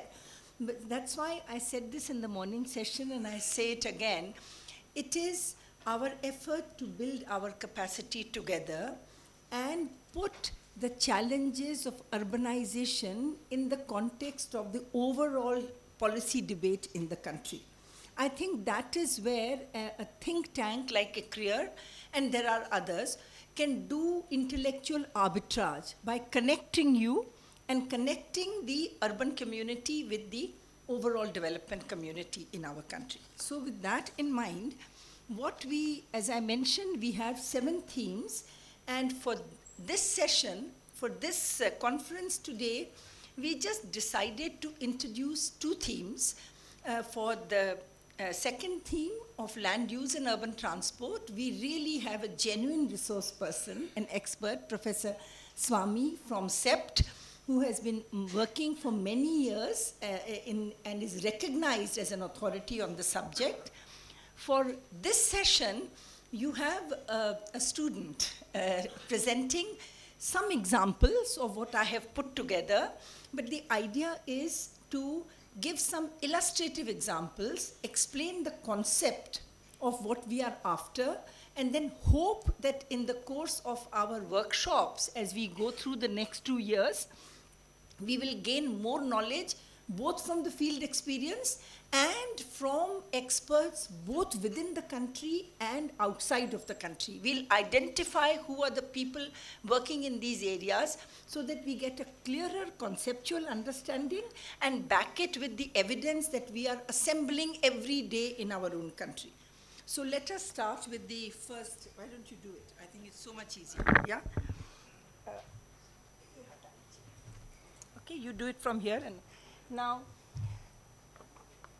India is urbanizing, and urban population is to increase from 377 million today to 600 million by 2031, from 53 metropolitan cities today to 87 by 2031. Urban share of GDP is projected to increase from 63% today to 75% by 2031. What does all this imply? Urban planning is crucial at India's present stage of rapid structural transformation. If India continues to grow even at 7% per annum, forget about 8 or 9% per annum, that growth can only come from industry and services. So that growth is going to be hosted in the cities and towns of India, and hence the importance of urban planning. Now, if we look at urban planning in India, it's primarily based on Town and Country Planning Act of the United Kingdom, 1947, and it focuses on detailed land use zoning without due attention to transit orientation, inclusion, to look at the concerns of the poor, or conservation of the natural environment. So what are the gaps in urban planning as a result of this sort of planning that we have had? At the ULB level, there is lack of integration between spatial planning and socio-economic planning. There is gap between transportation and land use planning, and there is gap between physical and financial planning. In the JNNURM1, for example, there was a requirement to have a city development plan if you came for project funding request to the Government of India. But it was not backed up with a financial plan. So this is another gap that we have in the way in which we have been planning. At the metropolitan level, there is lack of connectivity across cities and towns. You know, the minister talked about twin cities. We have heard about how you have urban sprawl, you know, peri-urban areas need to be developed. The classic example that comes to mind is that in Madhya Pradesh, where you have Indore and then you have Devas, and there are one or two other industrial manufacturing hubs that have come up.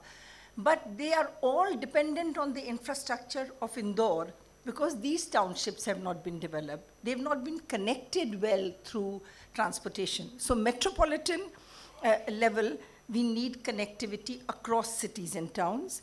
And at the regional level, equally important, our planning has led to lack of synergy between urban and rural development.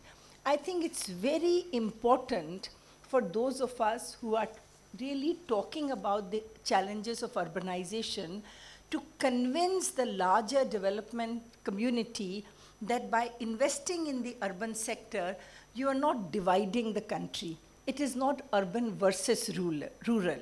It's really urban and rural. So that's where regional planning becomes very important.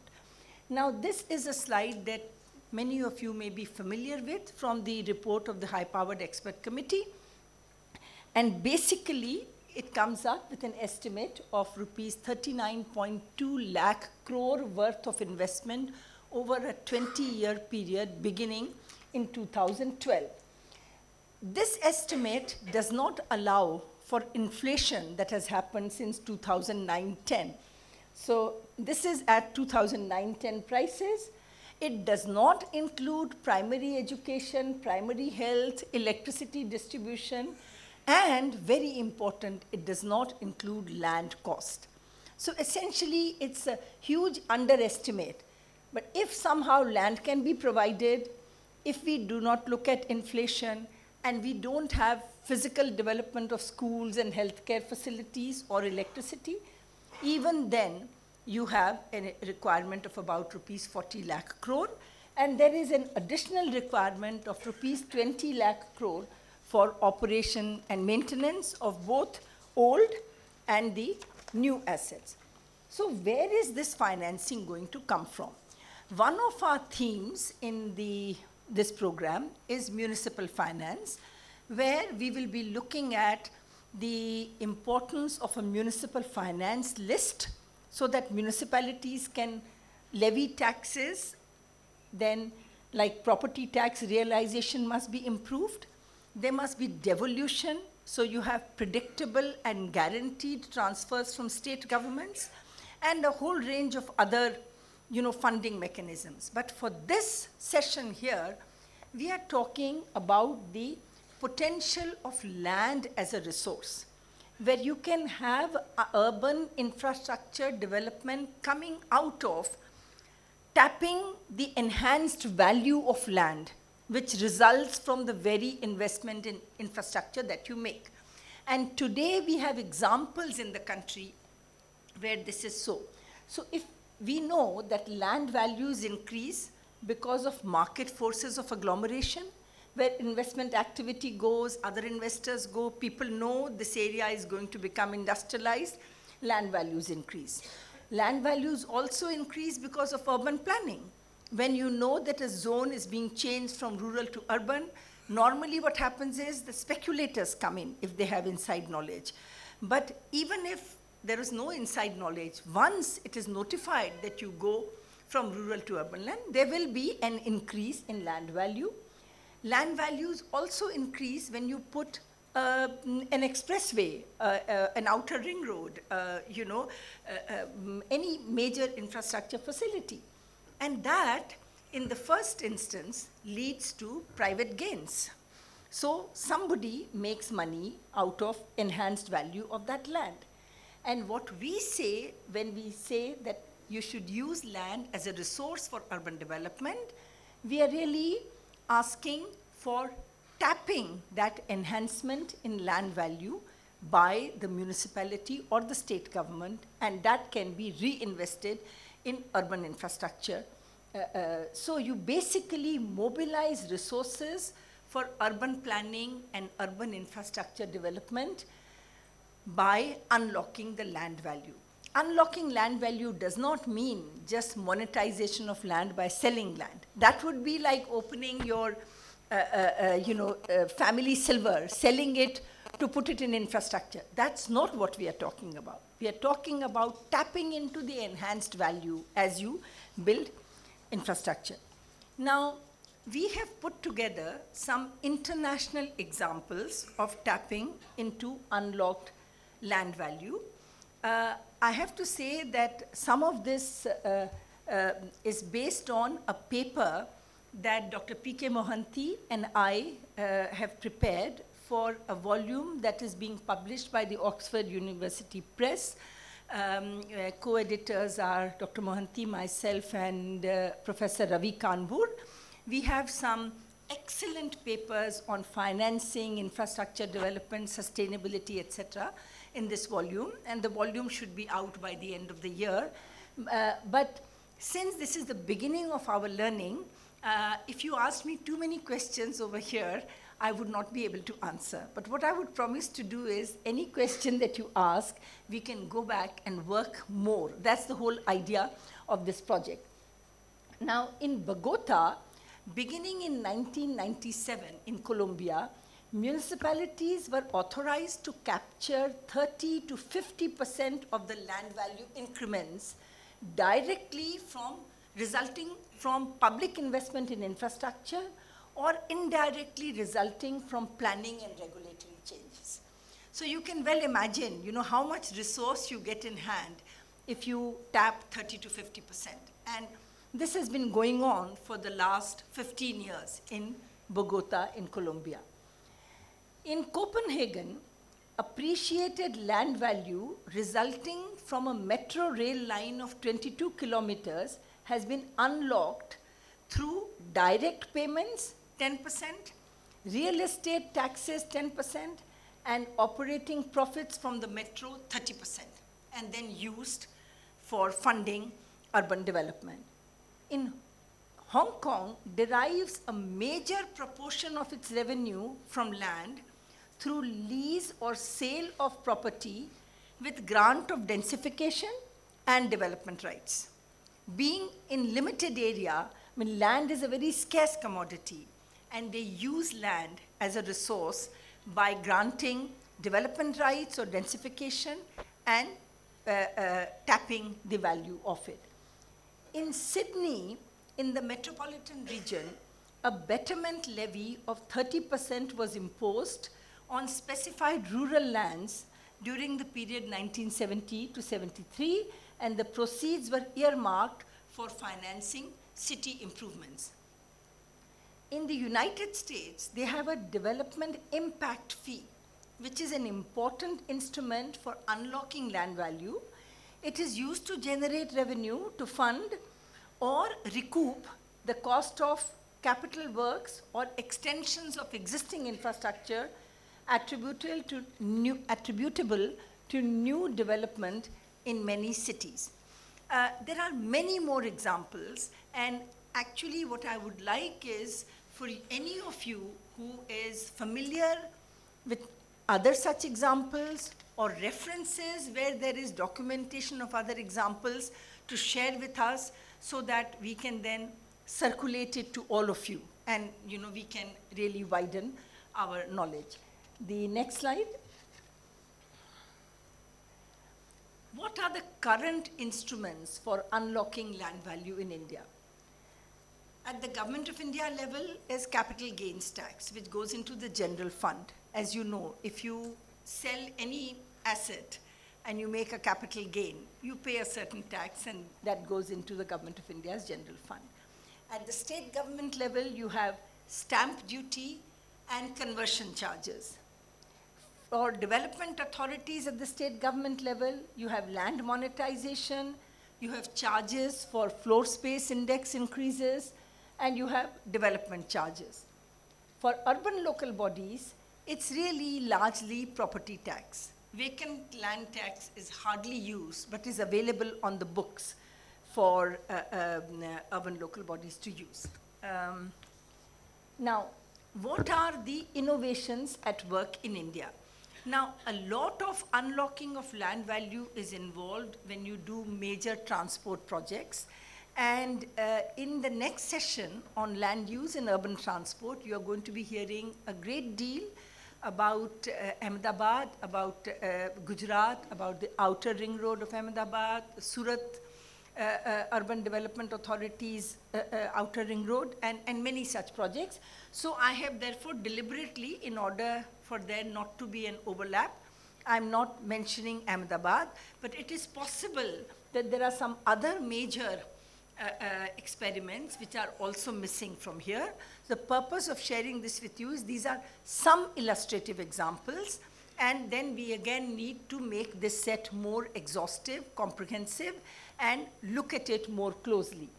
Now, the most famous one, of course, is the Mumbai Metropolitan Regional Development Authority, which auctioned 13 hectares of financial center land between January 2006 and November 2007 and raised $1.2 billion, 10 times its total capital spending in 2005. So there is unlocking of land value, and we see the result of that when we visit Mumbai, how much decongestion it has made and or what difference it has made to Mumbai. The town planning schemes, which also you will learn more about in the next session, but these are really iconic, and they have been used to acquire undeveloped land in kind to build road infrastructure in Ahmedabad. Out of the total road length of 76 plus kilometers of the outer ring road, 57 kilometers were acquired through town planning schemes. Now, I'm told that there is something that has to be done in the law for other states to really have town planning schemes. And at one point, this is, this was there in the original Bombay Act. And then Gujarat activated it in the early 2000s and ran with it. And now I believe Maharashtra has done the same thing. They've done the amendment, so they can also do town planning schemes. But very often, when I put this matter in front of academics and others, the reaction I get is that Gujaratis are very smart people.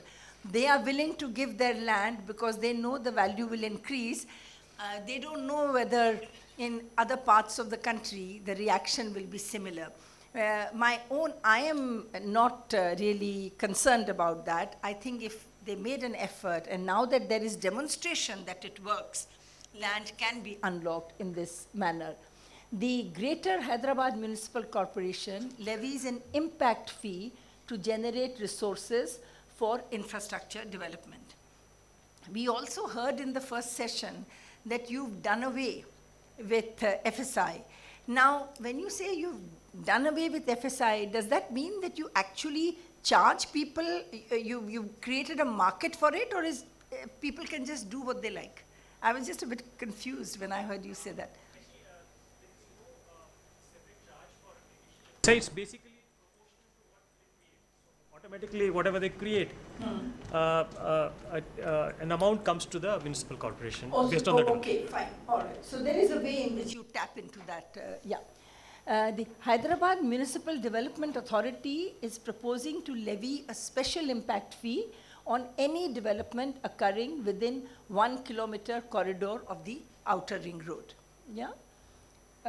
In Pimpri Chinchwad, FSI was increased from 1 to 1.8 along the BRTS alignment to raise resources, and the proceeds were transferred to the Urban Transport Fund. There are other cities in Maharashtra, Mumbai, Thane, that have also used FSI, and there are many more, I'm sure, that I'm not talking about. Hyderabad and Bangalore have done the same. And again, it would be good to get from you some feedback on where this has really played a major role. The Bangalore Metro Rail Corporation recently proposed transfer of development rights to secure land for metro rail alignment in lieu of compensation for the acquisition of land, and assess on additional FSI on all properties located within 500 meters of the metro rail alignment is also under consideration. But again, on transfer of development rights, what I hear when I go to seminars and talk about this is people say that TDRs work when you have very high land prices, like Mumbai or Bangalore, but the TDRs will not work in other areas. And again, other cities. So I would like to put this also for your feedback. But with that, let me say that I end my presentation, and we are going to have state-level presentations from 2 states now, and then at the end we can maybe also answer some of my questions that I've put to you. Thank you. The listed presentations are from Andhra Pradesh, followed by Maharashtra. So Andhra Pradesh can be.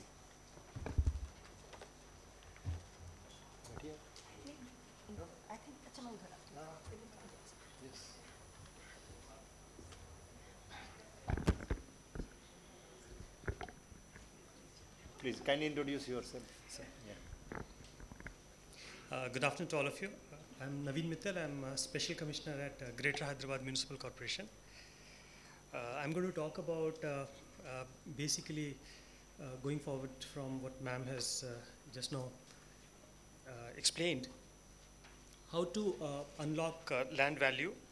We all know that urban local bodies are hugely in need of funds, which we are not able to get from basically our main sources, which is property tax. So we need basically innovations through which we can get more resources for development. And one of the things which we can do is to utilize the increase in land value to fund additional resources for the urban local bodies. It not only just helps to increase the land values, which is basically an overall social gain, but also the increase in receipts for the urban local bodies. I'll quickly run through some of the acts which we are utilizing in Andhra Pradesh. The Municipality Act, the Hyderabad Municipal Corporation Act, which is also used for all the other municipal corporations in the state, the Hyderabad Metropolitan Development Act. These are the acts which govern. Many of these charges you would all be also familiar with because most of the states are using a combination of these charges. So I'll just quickly run through them.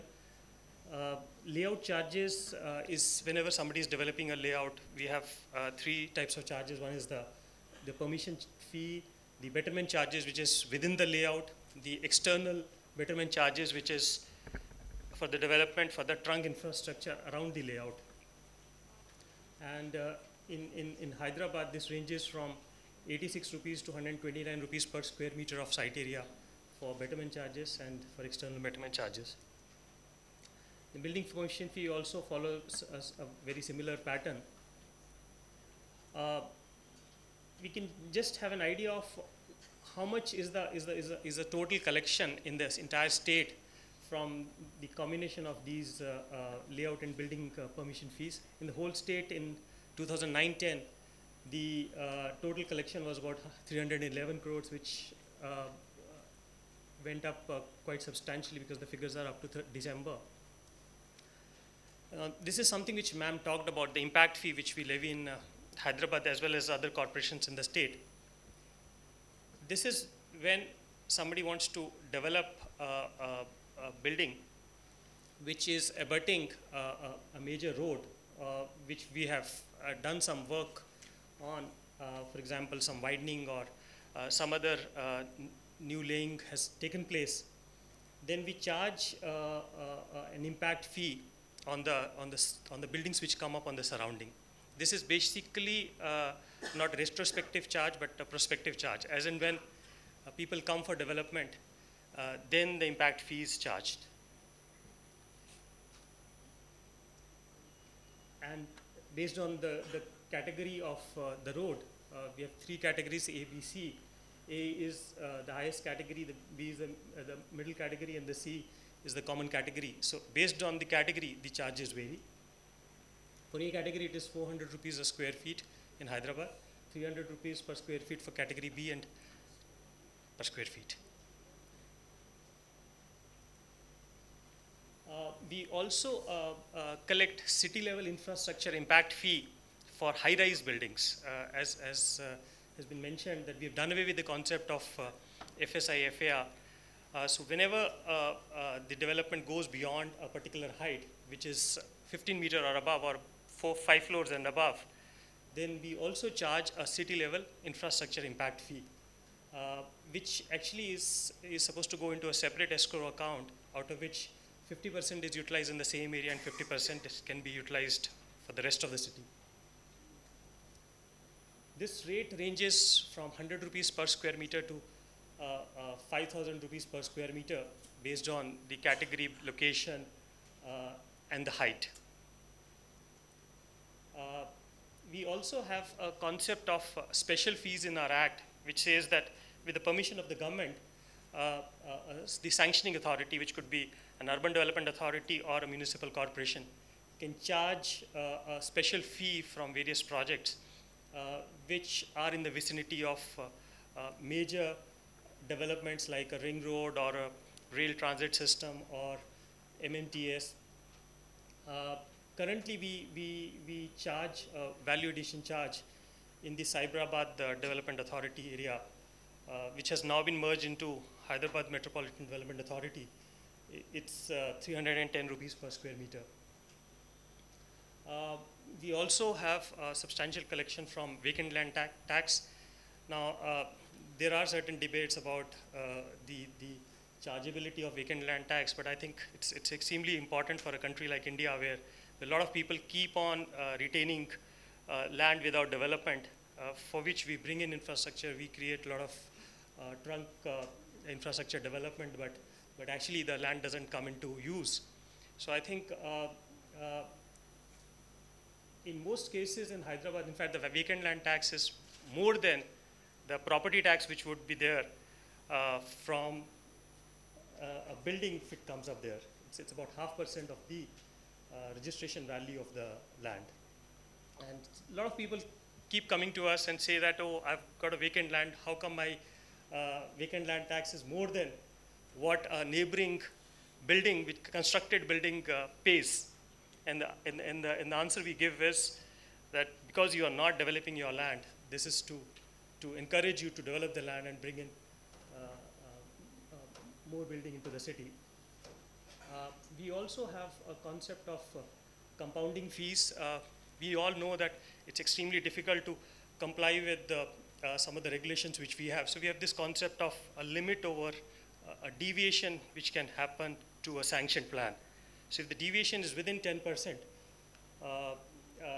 those can be compounded by the municipal commissioner by charging a penal amount which is equivalent to 100% of the land value for the deviated portion. This actually encourages more people to stay within the limit, and it's also a source of income when people actually deviate. Open space contribution charges is something, I think, a fallout of what the minister said in the morning comes from regularizing unauthorized colonies. Now, when we retrospectively regularize colonies which have already come up, you can't have open spaces there. So what do? We collect open space contribution charges, which is a portion of the cost of what a statutory open space should be there in the layout. So that the owner has to pay when he comes for regularizing a layout or regularizing a building. And this amount is used for mostly the development of parks, avenue plantation, greenery, maybe getting some more land for developing of playgrounds, parks. Compounding fee I've already talked about. Now, this is also something which can be used because there's a lot of small pieces lying here and there which sometimes we don't effectively use, and they get encroached. So we have been using some of these pieces, especially the Hyderabad Metropolitan Development Authority. They do a lot of the sale of such bits and pieces to generate huge amount of resources. Leasehold to freehold, properties which have been given on lease for, let's say, a period of 33 years or 50 years can be converted into freehold because it's extremely difficult to take them back. So we had such a scheme in Andhra Pradesh last 2-3 years where people have been able to convert their leasehold properties into freehold properties. I mean, this is a breakup of what the cumulative figure I showed in the beginning. So one can get a feel of what the relative collection is.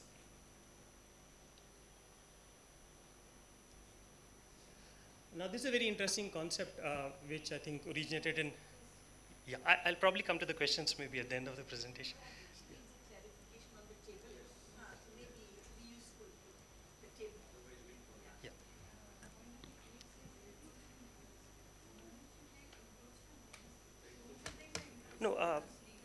No, I think we basically put a condition that this doesn't give any rights, and I think increasingly courts are also taking that stand that mere collection of encroachment fee does not regularize a structure.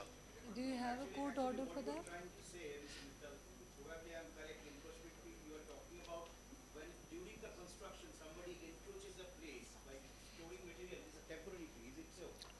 Yeah, in the sense that, and also these are also certain things which come on roadsides, and I mean, which really don't entail a regularization of the holding, but it is actually a fee you charge. The moment you give the consideration for any the land, you know the right develops. No, this is not a consideration of the land. This is merely a penalty which is charged. It is not. It's a fine. It's a. So long as courts have upheld it, I think we can go along with it. This is an interesting concept, I think, which started in Hyderabad when Dr. P.K. Manti sir was the commissioner of Hyderabad. To widen the roads in the city, and for widening you need surrounding land. But it's extremely difficult to acquire those lands because of huge cost of those lands. So what do? one encourages people to surrender the land which is affected by road widening through majorly 3 types of instruments. One relaxes the setbacks so that they don't have to maintain the original setbacks, and sometimes the open area in front of the building is given away. Permit an additional flow. If there is a height restriction in the areas, we are not able to use it so much now because of this doing with the concept of FSI, but we do have certain height restrictions some places, so where we relax an additional floor, we permit an additional floor in those places. And if there's no scope for going vertically high, the landowner says that I already have a building and I can't put one more floor, then we do provide TDRs which they can utilize elsewhere or also sell in the market. And Hyderabad, we've done a huge extent of road widening in past 1 decade through this mechanism, and we find now that there is hardly any resistance when we take up a road widening project, because people do tend to welcome a road widening in that area, because they know that with widening a fresh development will take place and the values go up.